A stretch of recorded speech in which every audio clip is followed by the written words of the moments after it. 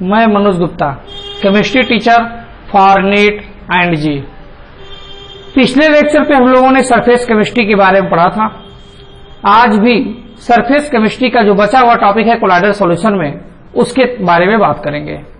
पिछले लेक्चर में हम लोगों ने लायोफिलिक के बारे में, लायोफोबिक के बारे में, प्रोटेक्टिव रिएक्शन के बारे में, प्रोटेक्शन के बारे में, गोल्ड नंबर के बारे में, हार्डी-सुल्ज नंबर के बारे में, हार्डी-सुल्ज रूल के बारे में, कोगुलेशन और फ्लोकुलेशन वैल्यू के बारे में पढ़ा था।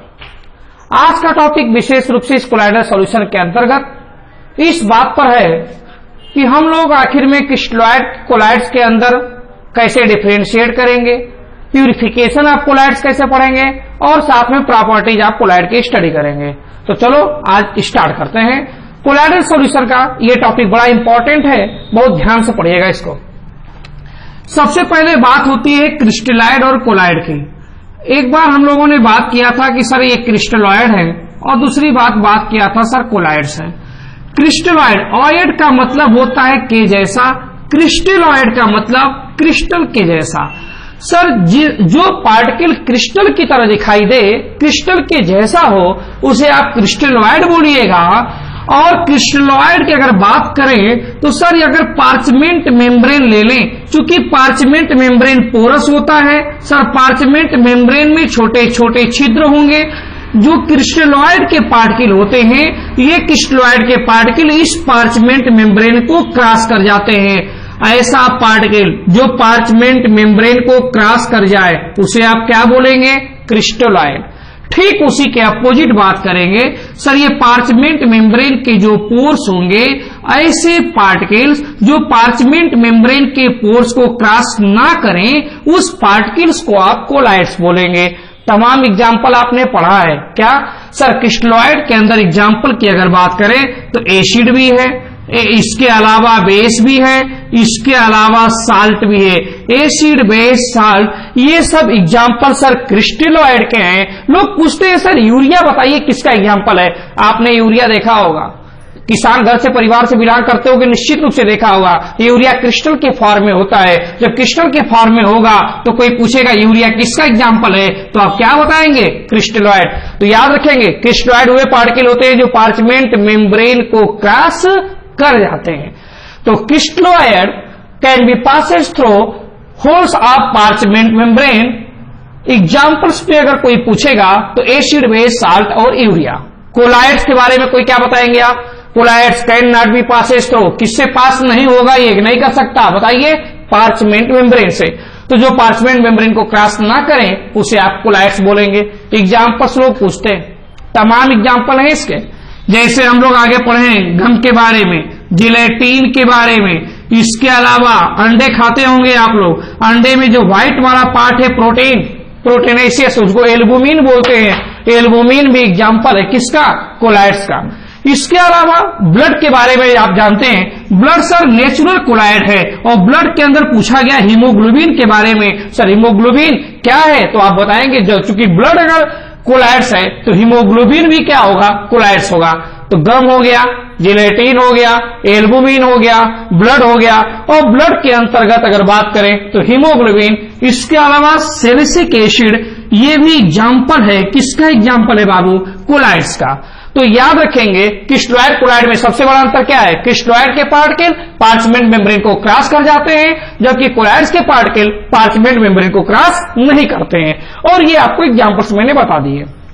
अब इसके बाद कोलाइड से एक प्रॉपर्टीज आपको पेप्टाइजेशन की पूछी जाती है। मैं आपको पेप्टाइजेशन के बारे में बता देता हूं बाबू कि पेप्टाइजेशन क्या होता है। आइए पेप्टाइजेशन के बारे में बात करते हैं। सर सबसे पहले की बात करें पेप्टाइजेशन।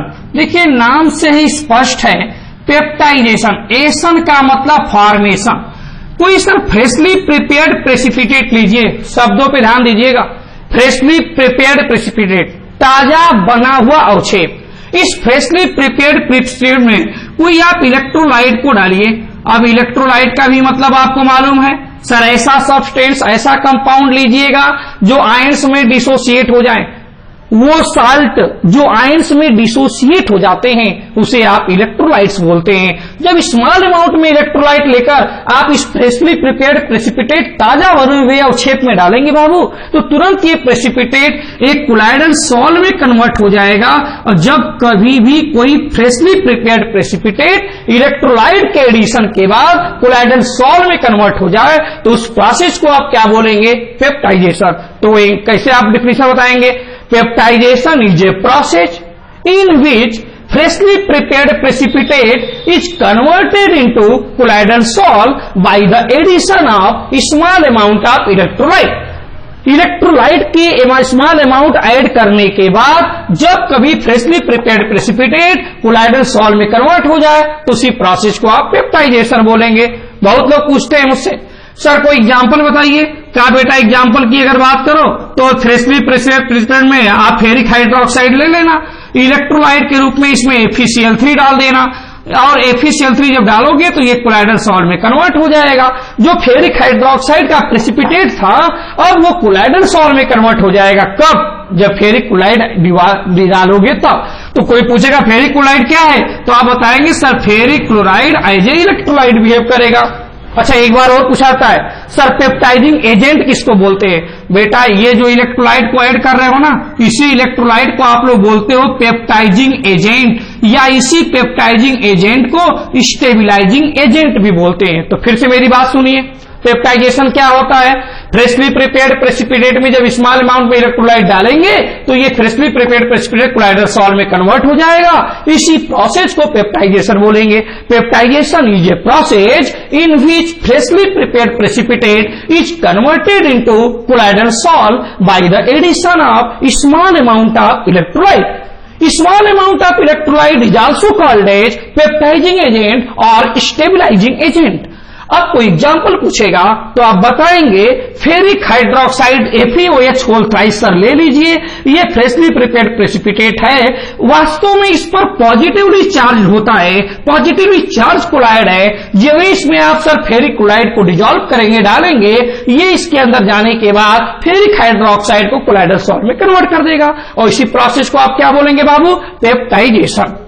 तो मैंने क्रिस्टलॉइड क्लोराइड का डिफरेंशिएशन पढ़ा दिया, पेप्टाइजेशन पढ़ा दिया। इसके बाद अब बाबू आपसे पूछा जाता है हेडिंग में कि सर हमको बताइए प्यूरिफिकेशन का, प्यूरिफिकेशन कैसे पढ़ेंगे, किस प्रकार से हम लोग प्यूरिफाइड करेंगे। अब प्यूरिफिकेशन के बारे में मैं आपको बता देता हूं। प्यूरिफिकेशन बेटा हम लोगों को दो मेथड मुख्य रूप से पढ़ने हैं। प्यूरिफिकेशन याद रखिएगा टॉपिक, आपसे कोई पूछेगा प्यूरिफिकेशन बताइए तो प्यूरिफिकेशन के बारे में बताएंगे शुद्धिकरण। शुद्धिकरण करने का मतलब सर हम लोग प्यूरिफाइड करने जा रहे हैं। आप देखें बाबू, दो हेडिंग में पढ़ाने जा रहा हूं, एक मेथड पढ़ाऊंगा मैं डायलिसिस का और दूसरा मेथड प्यूरिफिकेशन का पढ़ाऊंगा अल्ट्रा फिल्ट्रेशन का। दो हेडिंग में इसके अंतर्गत पढ़ाने वाला हूं, याद रखना। मैं दो हेडिंग पढ़ाऊंगा किसके अंतर्गत? प्यूरिफिकेशन में। पहली हेडिंग क्या पढ़ाने वाला हूं? डायलिसिस। और दूसरी हेडिंग क्या पढ़ाने वाला हूं बाबू? Ultra filtration. दोनों का मतलब समझना। सर क्या करते हैं बताइए? क्या बेटा एक पार्चमेंट मेम्ब्रेन ले लो, पार्चमेंट मेम्ब्रेन का एक थैला, एक बैग बना लो, इस बैग को एक वाटर टैंक में लटका दो। अब वाटर टैंक में लटकाने का मतलब इस टैंक में वाटर मॉलिक्यूल है। अब चूंकि एक स्टैंड की सहायता से इसको आप कस दो, स्टैंड की सहायता से इसको स्टैंड कर दिया। अब देखना सर इस पार्चमेंट मेम्ब्रेन के बैग में हम लोगों ने इम्प्योर कोलाइडल सॉल्यूशन लिया है, इम्प्योर कोलाइडल सॉल है। ये इम्प्योर कोलाइडल सॉल का मतलब है कि सर इसके अंदर कोलाइड के पार्टिकल होंगे, साथ में इम्प्योरिटीज के रूप में इसमें क्रिस्टलोइड होंगे। सर करना क्या ये बताइए? क्या बेटा हमको मालूम है अगर ये कोलाइडल सॉल है तो इसका कंसंट्रेशन ज्यादा होगा, अगर ये प्योर वाटर के कंटेनर में रखे हैं तो ये डाइल्यूट होगा। और हम लोगों ने अच्छी तरह से पढ़ा है एक हेडिंग डिफ्यूजन। क्या पढ़ा था डिफ्यूजन विस्तरण के बारे में? सर जब कभी भी पार्टिकल हाई कंसंट्रेशन से लो कंसंट्रेशन की तरफ जाए या हाई पोटेंशियल से लो पोटेंशियल की तरफ जाए या करंट कभी भी हाई पोटेंशियल से लो पोटेंशियल, वाटर का फ्लो हाई कंसंट्रेशन से लो कंसंट्रेशन, जाए या कभी टेम्परेचर का फ्लो हाई टेम्परेचर से लो टेम्परेचर जाए तो उस प्रकार की प्रोसेस को आप क्या बोलते हो बाबू? डिफ्यूजन। तो जरा सोचना सर होगा क्या, चूंकि ये थैला जो बैग बना है सर, ये बैग पार्चमेंट मेम्ब्रेन का है, और अभी आप पीछे पढ़ा के आ रहे थे कि सर पार्चमेंट मेम्ब्रेन को क्रिस्टलॉइड का पार्टिकल क्रॉस कर जाता है, तो डिफ्यूजन के माध्यम से ये क्रिस्टलॉइड के पार्टिकल इस पार्चमेंट मेम्ब्रेन के बैग से चले जाएंगे सर वाटर टैंक में। जब वाटर टैंक में क्रिस्टलॉइड के पार्टिकल चले जाएंगे तो इस पार्चमेंट मेम्ब्रेन के अंदर सिर्फ कोलाइड्स बचेगा। अब आप कहोगे सर कोलाइड्स के पार्टिकल क्या बाहर नहीं जा सकते थे? क्या बिल्कुल नहीं जाएंगे। क्यों नहीं जाएंगे सर? क्योंकि कोलाइड्स के पार्टिकल की साइज पार्चमेंट मेम्ब्रेन के पोर या होल से ज्यादा होती है। मैंने आपको पीछे बताया था कोलाइड के पार्टिकल पार्चमेंट मेम्ब्रेन को क्रॉस नहीं करेंगे, सिर्फ कौन क्रॉस करेगा? क्रिस्टलॉइड। तो क्रिस्टलॉइड के पार्टिकल तो बाहर हो जाएंगे, लेकिन कौन बाहर नहीं होगा बेटा? कोलाइड। तो जरा सोचो इस बैग में अब क्रिस्टलॉइड निकल जाएगा तो सिर्फ बचेगा क्या? कोलाइड्स बचेगा। तो इसका मतलब कोलाइड अलग हो गया और क्रिस्टलॉइड वाटर टैंक में आ गई, ये अलग हो गया। तो इम्प्योर कोलाइडल सॉल्ट को हमने प्यूरिफाइड कर लिया। कैसे? जब पार्चमेंट मेम्ब्रेन के बैग को वाटर टैंक में हम लोगों ने सस्पेंड कर दिया, लटका दिया। क्रिस्टलॉइड के पार्टिकल डिफ्यूजन के माध्यम से वाटर टैंक में चले जाएंगे, कोलाइड्स के पार्टिकल वहीं मौजूद होंगे, और इसी मेथड को आप बोलोगे डायलिसिस। तो कोई पूछेगा डायलिसिस क्या है, तो बताएंगे dialysis is a method of purification of colloidal solution. कोई पूछेगा डायलिसिस की प्रोसेस बताओ, तो आप बताओगे sir dialysis is a purification method in which impure colloidal solution can be purified. कोई पूछेगा कैसे प्यूरिफाइड होगा, तो बताओगे crystalloid of impure colloidal solution can be diffused from bag of parchment membrane into water tank. क्यों अगर हो रहा है, कोई पूछेगा क्यों हो रहा है डिफ्यूजन, तो बताओगे because impure colloidal solution has high concentration but pure water has low concentration, therefore crystalloid particles can be passed through parchment membrane and reaches in किसमें चला जाएगा, तो बताओगे वाटर टैंक में। अब ये प्रोसेस डायलिसिस की हो गई।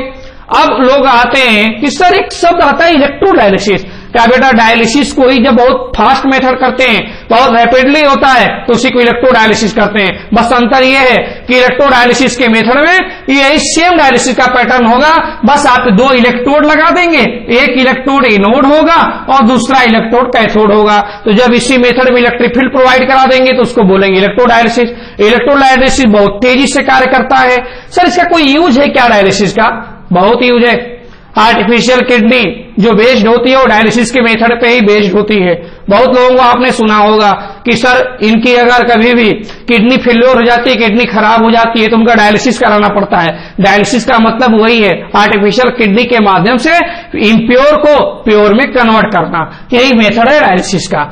अब उसके बाद अल्ट्रा फिल्ट्रेशन के बारे में सुन लीजिए, देखते ध्यान देना बेटा। अल्ट्रा फिल्ट्रेशन भी प्यूरिफिकेशन का मेथड है। कोई पूछेगा अल्ट्रा फिल्ट्रेशन कैसा मेथड है, तो बोलोगे ultra filtration is also a method of purification of colloidal salt. अब बात होती है सर अल्ट्रा फिल्ट्रेशन में होता क्या, ये बताइए।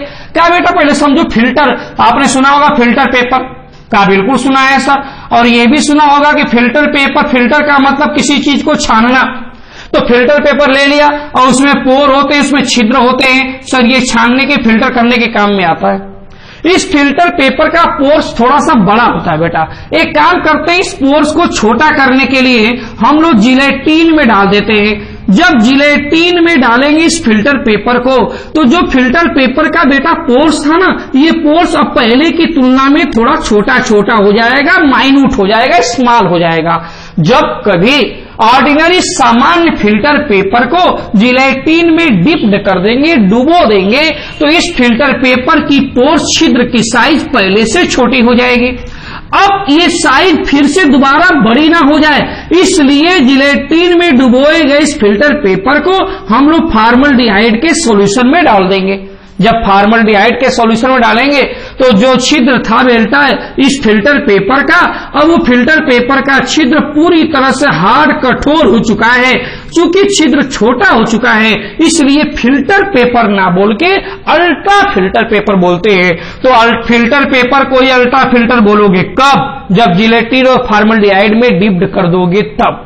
अब क्या बताओगे सर, फिल्टर पेपर की तुलना में अल्ट्रा फिल्टर पेपर की साइज पहले से पोर्स की छोटी हो चुकी है, तो करते क्या है सर? अब देखो बेटा इसमें करते क्या है, इम्प्योर कोलाइडल सॉल्यूशन लेते हैं। इम्प्योर कोलाइडल सॉल्यूशन लोगे तो इसमें कोलाइड्स के अलावा सर इम्प्योरिटीज के रूप में ट्रू सॉल्यूशन के पार्टिकल होते हैं, और ट्रू सॉल्यूशन के पार्टिकल बहुत छोटे होते हैं।